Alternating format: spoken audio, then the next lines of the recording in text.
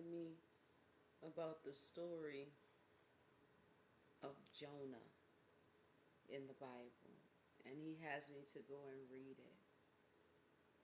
And as I'm sitting there reading it, I'm again wondering, why do you have me reading this? And I remember him saying that if you don't let him go, you're going to go down. And I remember him saying that basically the storm came because Jonah was on board. He was somewhere that he wasn't supposed to be because God had told him to do something else and go somewhere else. But he took it up on his own to do what he wanted to do.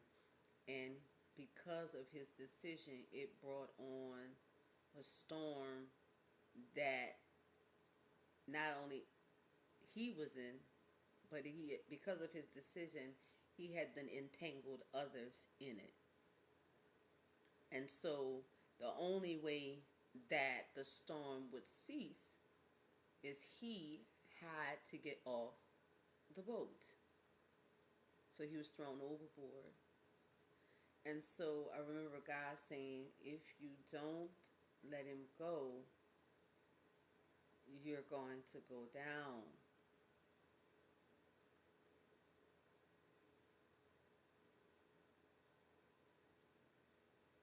And so we split up. I remember my daughter, my oldest daughter, she was pregnant with my grandson at the time, and she was still in college, and she was going to school from, well, doing classes from the motel. And she got her student loan money. And I remember her coming downstairs and she's saying that I got us a place to stay and we're getting out of this motel.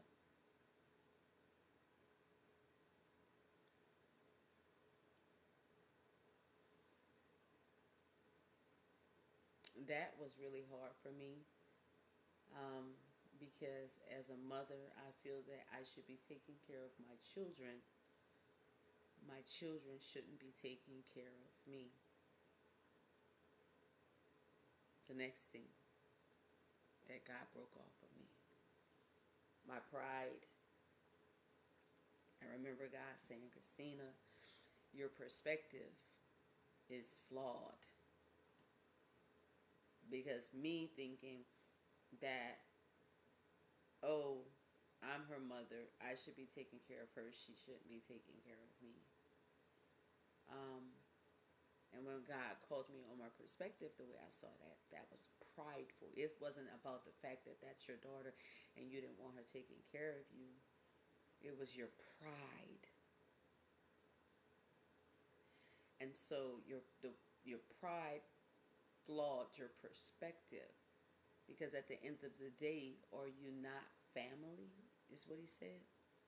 And does family not take care of one another when they're in need? Or at least they should.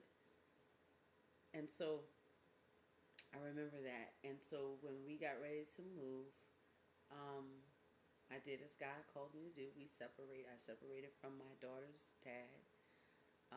He went his way and I went my way, and my daughter, my oldest daughter, got us an apartment.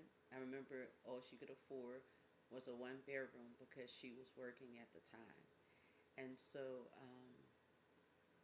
in that 1 bedroom, again, still in isolation, but yet, yeah, in the dark, in the desert.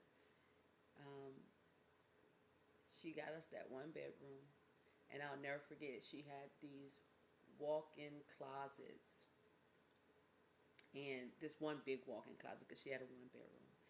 And I'll never forget it. She had the bedroom, her and my younger daughter and my grandson, because by then she had didn't have. By the time we moved, she gave birth to my grandson, and it was me, my grandson, and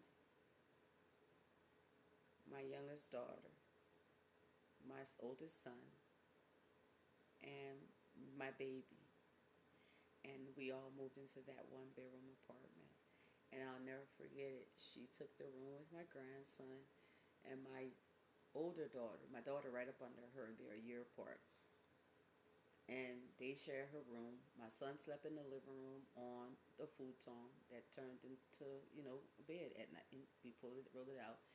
And me and my daughter, my youngest daughter, my baby, we took my daughter's closet because I wanted a little privacy. And I wasn't going to take my daughter's room because she was the one paying the bills. And so I took her walk-in closet and I took a mattress, a blow-up mattress, and we put it on the floor in there. And that's where me and my baby slept. So when I say that this journey has not been easy, it has not been easy. It has truly not been easy. But it has been worth it. It has had its ups and downs. And I mean like a roller coaster twist and turn.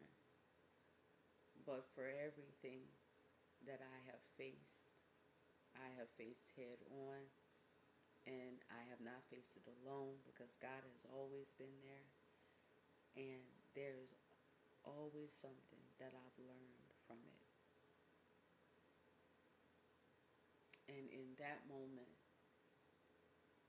we were, even in that small one bedroom apartment, we were all together and we laughed and we were happier than and closer than we had ever been. Than we had ever been in a bigger house with a bunch of space. We were there together. We were going through it together. And we were together though. We talked because we were in close proximity. We bonded. We had disagreements, but guess what? We were family. And I kid you not, that even though I went through that, we went through that together, it brought us closer. It made us value family more.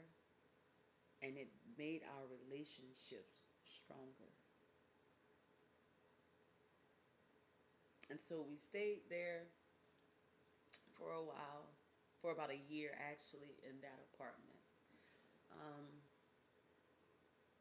and while there, when God had said that me and my daughter's dad needed to separate because there was things that we needed to work on, separate,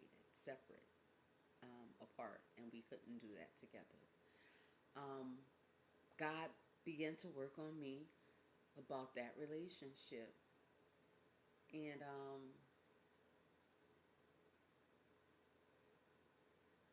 it was let's just say it was not easy, because during the season of isolation, when God begins to work on you and He calls you to Himself, um, He begins to show you a lot. And so, I used to complain all the time, just about little simple things, like nothing really big or major. But, and I can honestly say now that I was unappreciative.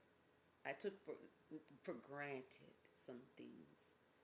And when we separated, it caused me to see from a, God changed my perspective, my view. Um, and how He did that was the things that I took for granted and complained about when we were separated. When you're not with someone anymore, they're not obligated to take care of you.